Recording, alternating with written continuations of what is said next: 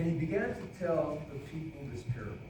A man planted a vineyard and let out 2 tenants and went to another country for a long while. When the time came, he sent a servant to the tenants so that they would give him some of the fruit of the vineyard. But the tenants beat him and sent him away empty-handed. And he sent another servant, but they also beat and treated him shamefully and sent him away empty-handed. And he sent yet a third. This one they wounded and cast out. Then the owner of the vineyard said, "What shall I do? I will send my beloved son. Perhaps they will respect him." But when the tenants saw him, they said to themselves, "This is the heir. Let us kill him, so that the inheritance may be ours." And they threw him out of the vineyard and killed him. What then will the owner of the vineyard do to them? He will come and destroy those tenants and give the vineyard to others. But when they heard this, they said, "Surely not." But he looked directly at them and said, "What then is this that is written? The stone that the builders rejected has become the cornerstone. Everyone who falls on the stone will be broken to pieces. When it falls on anyone, it will crush him." Rise with us in the Father's faith. The word of God endures forever. So this is one of the parables that Jesus is directing straight at the powers that be in Jerusalem. And he pulls no punches with this one. It's not as in some of the parables that he tells that are kind of veiled. This one is a direct frontal assault on them. And it talks about this vineyard owner who has a vineyard, and he puts tenants on the vineyard so that they could take care of the vines and collect all the fruit, and crush the grapes for the wine and that sort of thing. And the owner goes away for a while. And when he comes back, he sends out a messenger to the tenants and says, "Give me, what's due me." And in this time in history, the owner of the vineyard would expect at least 50% of the crop. Well, then this first servant goes in and they beat him and throw him out of the vineyard. So the owner comes in and sends another servant, and again they beat him and throw him out. Same thing with the third. He says, "Well, I'm going to send my beloved son. They'll listen to him. After all, he's my son." And what do? They kill him and cast him out. Now, there's a couple of different metaphors that Jesus is using here that we see. And the first one is the idea of a vineyard. A vineyard in Scripture is representative of Israel as a whole. And the fruit that this vineyard produces is the blessings of God. And then the second metaphor that's used towards the end that Jesus tells us is about the cornerstone. And he quotes Scripture doing that. But first, let's talk about the messengers. Here, the servants of the owner try and get the fruit that was owed him. After all, he owned the property, and he hired the vineyard tenants. And you would think that 50% of the take for the tenants would be a fair wage for their work. But the tenants wanted it all. And these servants that the owner keeps sending is the idea of what God had been doing to Israel for generations, sending servants to proclaim God's word to these people, to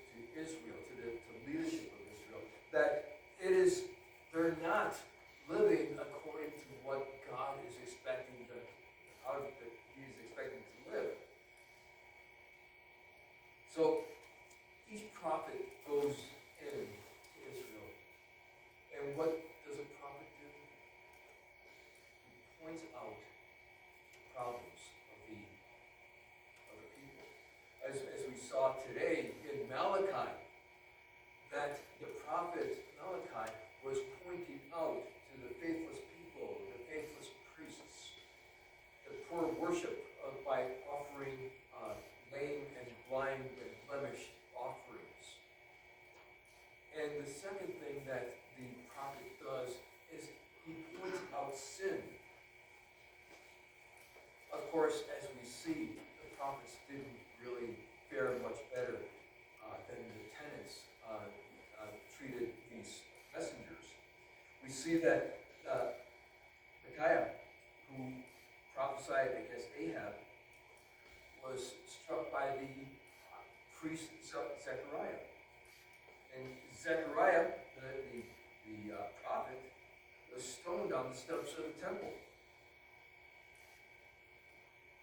But even this was told in 2 Chronicles. He says, "The Lord, the God of their fathers, sent persistently to them by his messengers, because he had compassion on his people and on his dwelling place."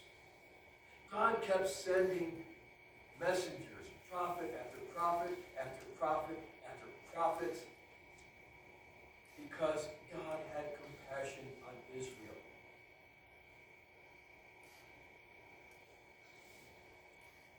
Well, what did God do eventually after Malachi? He shut off the prophets. And for 400 and some odd years, there was no prophet in Israel that would say, "Thus saith the Lord." The prophets before him had prophesied of the coming Messiah. They knew what was coming. They knew how they were supposed to worship. They knew how they were supposed to act. The prophets, from the very beginning, from Moses onward, told them these things, and yet they continued to live their lives. One of the things that a prophet would do is they would call out sin. And the worse the sin, the greater the admonition would be by the prophet. And it's not different than today, right? While we don't have prophets in the Old Testament sense where it says, "Thus saith the Lord," we do have prophets that stand in the pulpit every day that pick this up and say, "Thus saith the Lord." That point out sin not by a standard of human making, but a standard of what God has given us. And when God says, "Thus saith the Lord," that you shall keep the marriage bed pure, that's not a suggestion. When God says, "You shall honor your father and your mother, you shall not murder, you shall not steal, you shall not commit adultery, you should not covet, you should not bear false witness," these are not the 10 suggestions. These are the 10 commandments.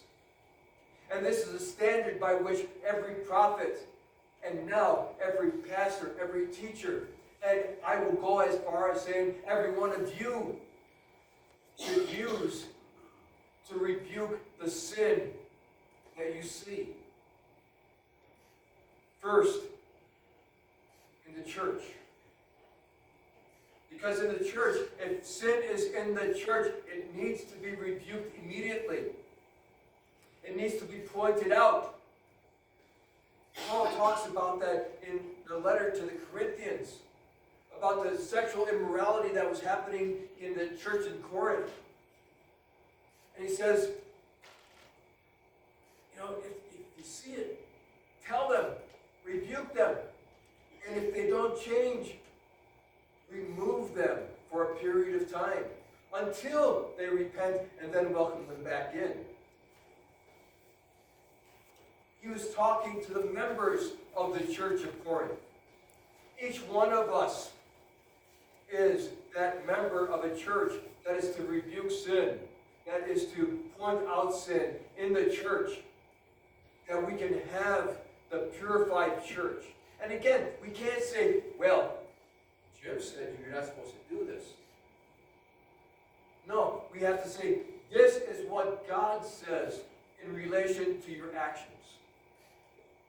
This is what God says in relationship to your words. Because when you put it in your perspective, my perspective, are both different. But when we hold it up to the perfect, unalterable purity of God's Word, then you've got a standard by which you can compare all things. But we're supposed to point out the sin. First, like I said, first in the church. Then you're supposed to point it out in your family. Even a little harder. In your friends. And we are to speak out against sin in all occasions. I know that is not very politically correct right now. And you will be treated as the prophets back then were. You'll be reviled. You may even get beaten.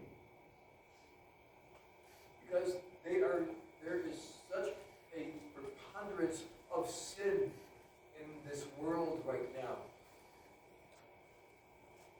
that people are seeing, as we read in Malachi again today, he says that you call evil good. And that is what we are.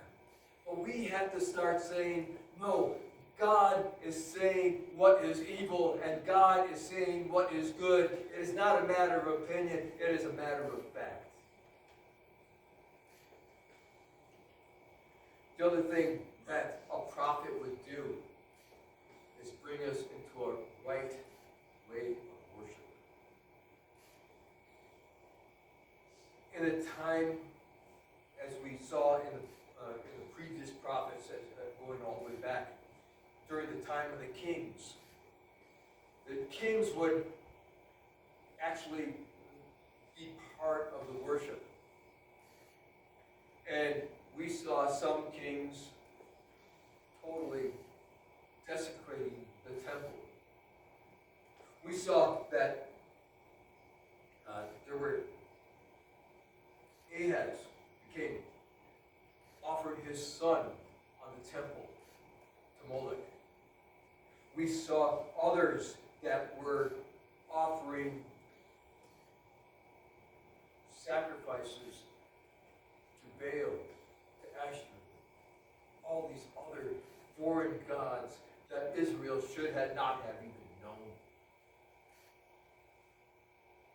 So the prophets would bring them back into a right way of worship. And we go back to the Sanhedrin here that Jesus is pointing at, and the Pharisees.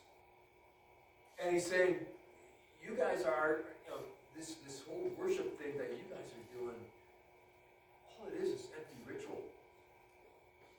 All you're doing is going through the motions, but your heart is not in it. In the same way, it's in the churches today. We have people coming into the churches that they come into the church because it's Sunday morning. It's the thing to do. They've done it all their life. Well, let's go to church and we'll go out for lunch. It's the same thing. And after church, they forget about the whole thing for the rest of the week until next Sunday. And the prophets would tell the people again, Malachi. Malachi warned the faithless people. Says, you're going through the motions. You're just bringing any kind of animal that you have on hand as a sacrifice. Your heart's not in it. You're being discouraged because you're not receiving any of the blessings, but you're bringing me the worst things you got. You're bringing me stuff that you wouldn't even bring to the governor. And you're bringing it here as a sacrifice to the holy and perfect God. Our worship cannot be one of ritual and empty words. We cannot come into this building or any church and sit here, we sing the songs, hey, all good. Maybe repeat a few prayers. If you're in one of the more traditional Protestant churches, they have prescripted prayers that you would say during certain times. And you go through the words, and you know, just like everything else. Or if you're in the Catholic Church, you would do the Catholic calisthenics, stand, kneel, sit. All ritual. Where is the heart for God? Where is the ability for your heart to reach out and say, thank you, Lord, for everything that you have given me, because you have been gracious to me, because you have been merciful to me, that you have called me to be yours, that I am now a co-inheritor with your Son, Jesus, to the entire kingdom of God. And you should be thankful for that. Not just sitting there. So the prophets would continually bring out the idea of sin and the idea of worship before. And Jesus did the same thing, only he did it in a different way. In worship, we see that in Isaiah he says, and the Lord said, because this people draw near with their mouth and honor me with their lips, while their hearts are far from me, and their fear of me is a commandment taught by men. Therefore, behold, I will again do wonderful things to this people, and wonder upon wonder, and the wisdom of their wise men shall perish, and the discernment of their discerning men shall be hidden. God will do wonderful things with these people, for his glory and for his purposes. He will transform those whitewashed tombs into living temples of God. So the owner sends the messengers. God sends the prophets. And of course their prophets get mistreated and killed. So he says, well, I'm going to send my son. I want you to notice one little word in this passage. It says, in verse 13, it says, then the owner of the vineyard said, what shall I do? I will send my beloved son. That's a very important word right there. My beloved son. Points to Christ. Remember when, Jesus is called the beloved son twice in Scripture. First, at the announcement of his birth, and then at the transfiguration, when Peter and John and James hear the voice of God, and God says, this is my beloved son. Listen to him. My beloved son.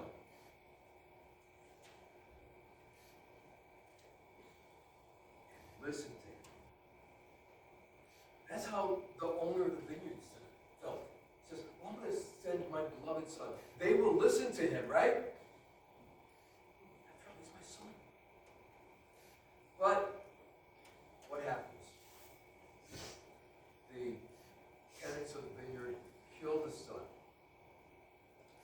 It's interesting because they says, this is the heir. Let us kill him so that the inheritance will be ours. So they were under the assumption, they had to have been, that the owner was dead. And the son is now the inheritor, and that if we kill the son, then the whole thing's ours. Because they were wrong. They didn't want to listen because they didn't want to be proven wrong.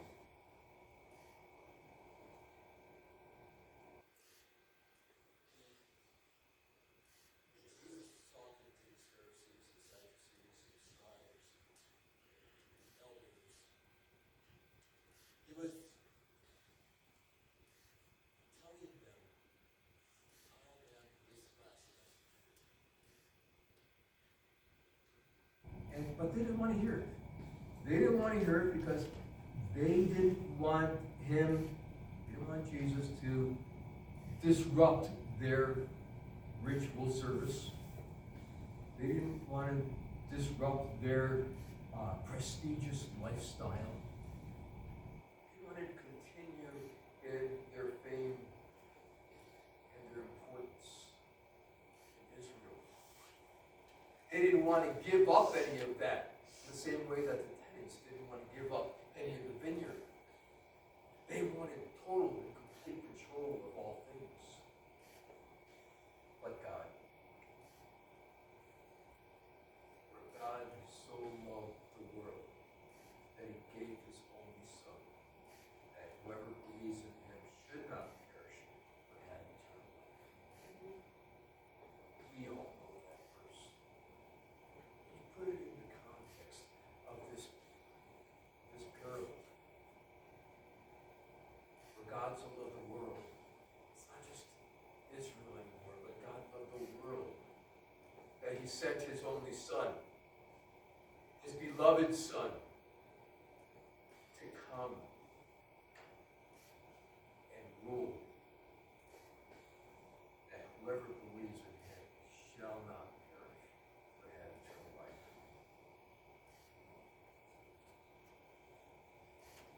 Now these Pharisees thought they had won when they crucified Jesus.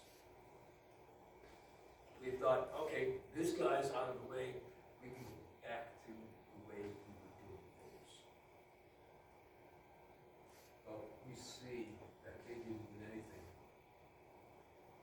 Their fat, happy lives came to an end a mere 40 years later, after the Romans had destroyed the temple and ransacked Jerusalem. Their whole foundation of their belief system wrapped up in the temple would be gone. And now, because they did not put their faith in Jesus, they were rudderless in their worship. They had no means of offering sacrifices. They had no means of atoning for sin. They had no means of propitiating or appeasing God. So everything fell apart for them.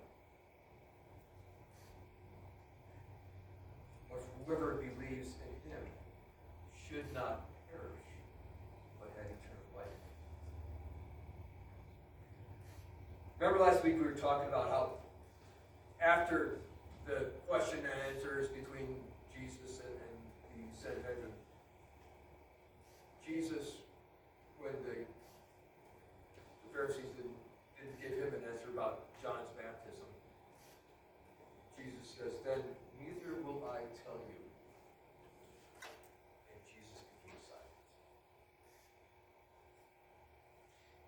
He was no longer going to tell the Pharisees about what he came to do. Because the Pharisees knew what they were going to do, and they eventually did it.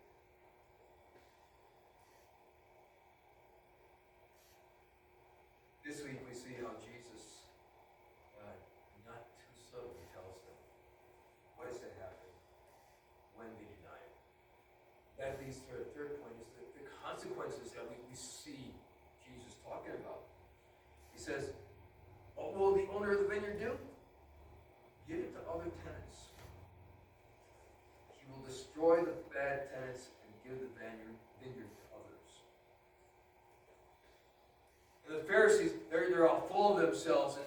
say, oh, surely not.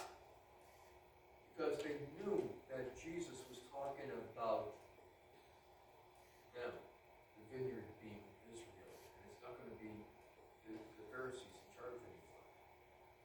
And then they said, some translations would say, God forbid, that's never going to happen.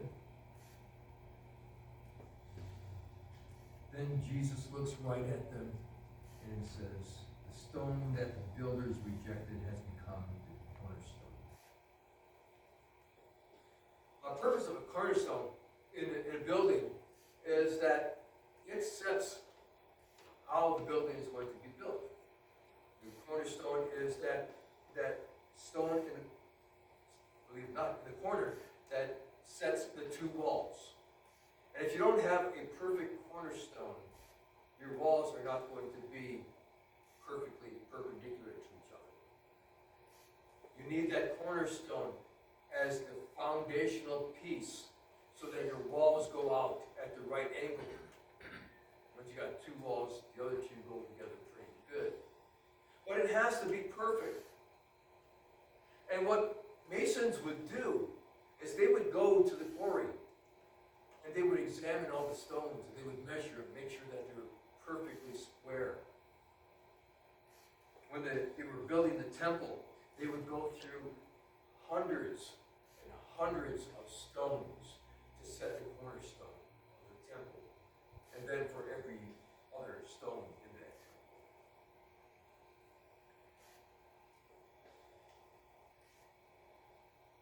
When they looked for this cornerstone in the temple, they looked for one that was unblemished. In other words, it couldn't have any cracks in it. It had to be perfectly straight. The masons had to have done a perfect job. Every side, top, bottom, perfectly smooth, no problems at all. They had to look hard and work hard for this. In the same way, the Pharisees were looking for the Messiah. They were searching the scriptures, investigating all the pseudo-messiahs that came before them. And they didn't see the unblemished cornerstone right in front of their face.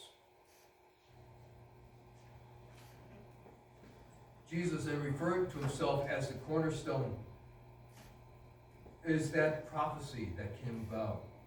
He's the cornerstone of the new temple, the new Jerusalem, the church universal, on which everything is built. In 1 Peter chapter 2, he says, as you come to him, a living stone rejected by men, but in the sight of God, chosen and precious. You yourselves are like living stones that are being built up as a spiritual house, to be a holy priesthood, to offer spiritual sacrifices acceptable to God through Jesus Christ. For it stands in Scripture, behold, I am laying in Zion a stone, a cornerstone, chosen and precious, and whoever believes in him will not be put to shame. So the honor is for you who believe, but for those who do not believe, the stone that the builders rejected has become a cornerstone, and a stone of stumbling and a rock of offense. They stumble because they disobey the word. That's what Peter tells us. They stumble because they disobey the word. And yet, as they were destined to do. We are those living stones. We are those stones that Randy Smith wrote, if we are not following our Lord's commands, it is impossible to say he is our Lord. If he is not our Lord, it is impossible to say he is our Savior. The church and Jesus are the cornerstone. Unbelievers stumble because they will not obey the word of God. Many believe that they are the arbiters of what is right and wrong, or they believe that there is no objective truth or standard of morality. This is the world we're in right now. Each person is their own measure by which to live.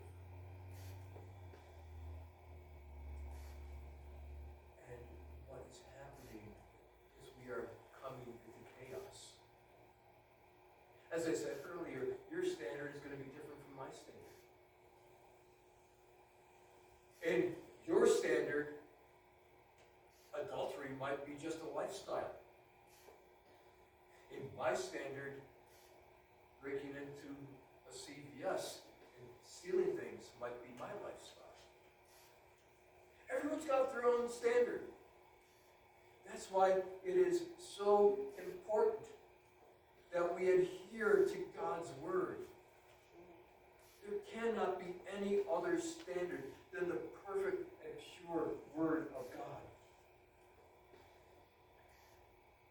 In Ephesians 2, he says, "So then you are no longer strangers and aliens, but you are fellow citizens with the saints and the members of the household of God, built on the foundation of the apostles and the prophets, Christ Jesus himself being the cornerstone, in whom the whole structure, being joined together, grows into a holy temple of the Lord. In him you are being built together into a dwelling place for God by the Spirit." See that our foundation is built on the apostles and the prophets. It's God's word.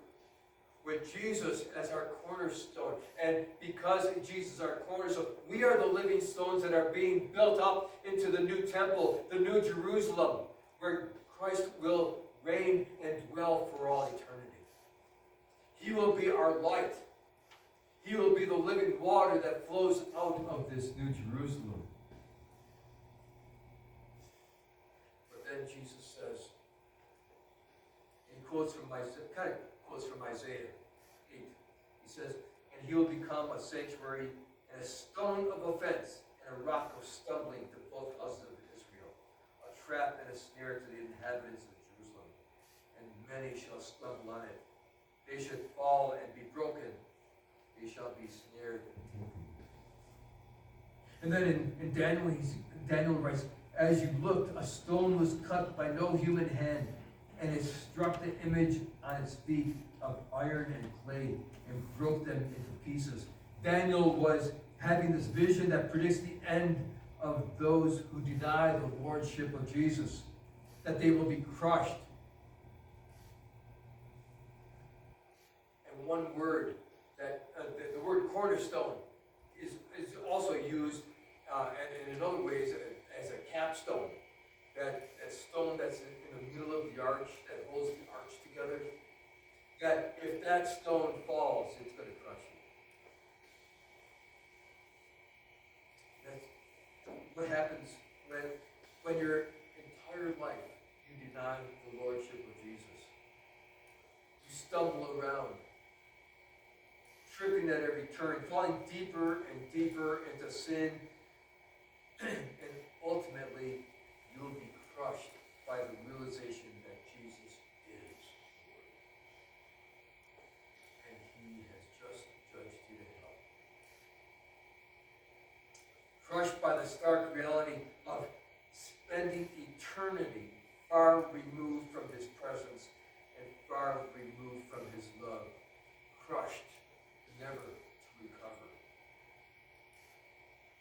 The idea of the vineyard represents Israel, or the blessings of God. So when Jesus tells them they will be replaced by other tenants, they cry out, "God forbid," because they knew that would be an end to the blessings of God. They knew the blessings of God promised them in Isaiah 65 says, "They shall build houses and inhabit them. They shall plant vineyards and eat their fruit." That was the promises of God. That was the blessings of God if they kept the word of God. If they kept the commandments of God. But God knew. In Deuteronomy chapter 28, God told the people through Moses, he says, "You shall plant vineyards and dress them, but you shall neither drink of the wine or gather the grapes, for the worm shall eat them." So when Jesus tells them that they're going to be replaced, these Pharisees truly understand the ramifications of Jesus' words. That they will be crushed, that they will be put out of the blessings of God.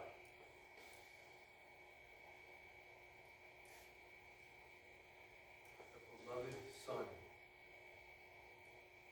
was sent to us for our salvation. All the messengers that God has sent before points us to Him. And God continues to send us messengers. He sends us friends, family members, pastors, teachers, who present the gospel message to us time and time again. We are those messengers. We are those prophets that we are to be going from here and presenting the gospel message to all who will hear, whenever they will hear, and even if they don't want to hear.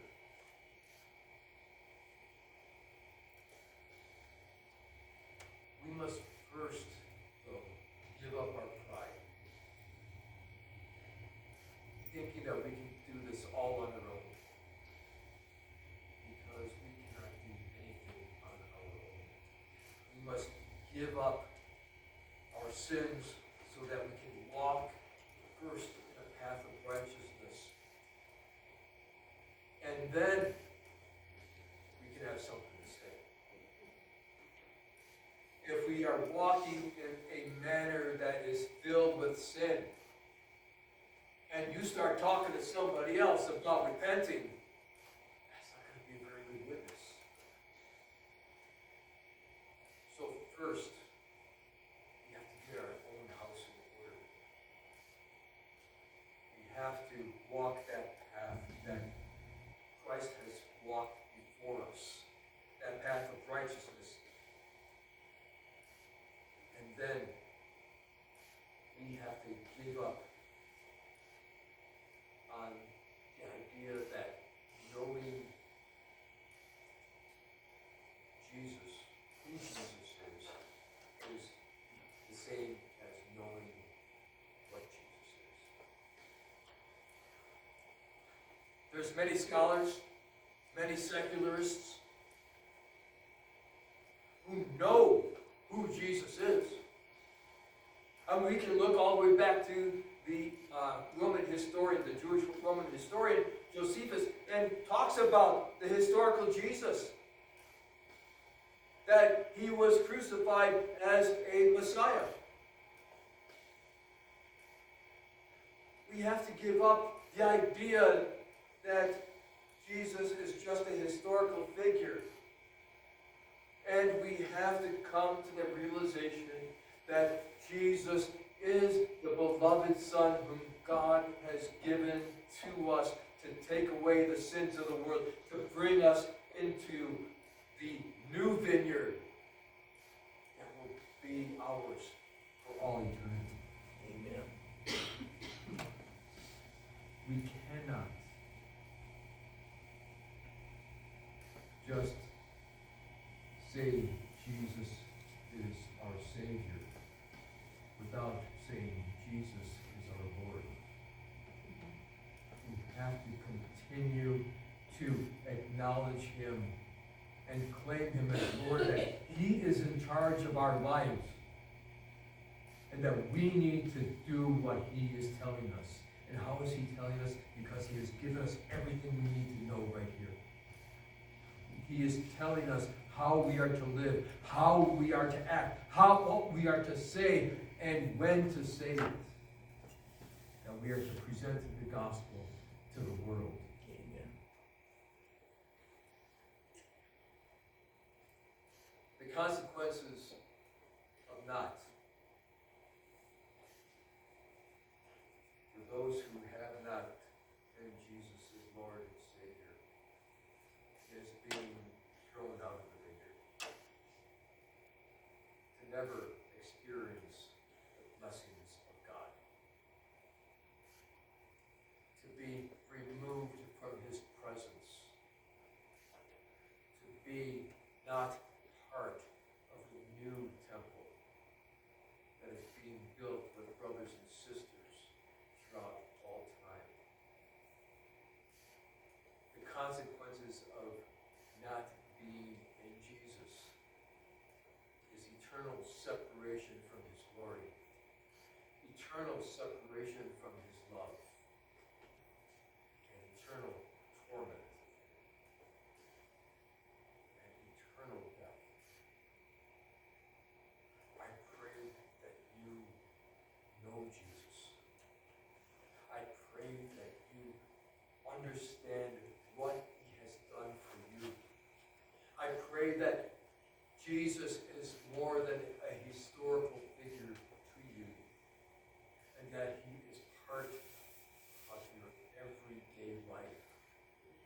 That there is not a minute that goes by that you are not reminded of what he has done for you. That you can be in the eternal vineyard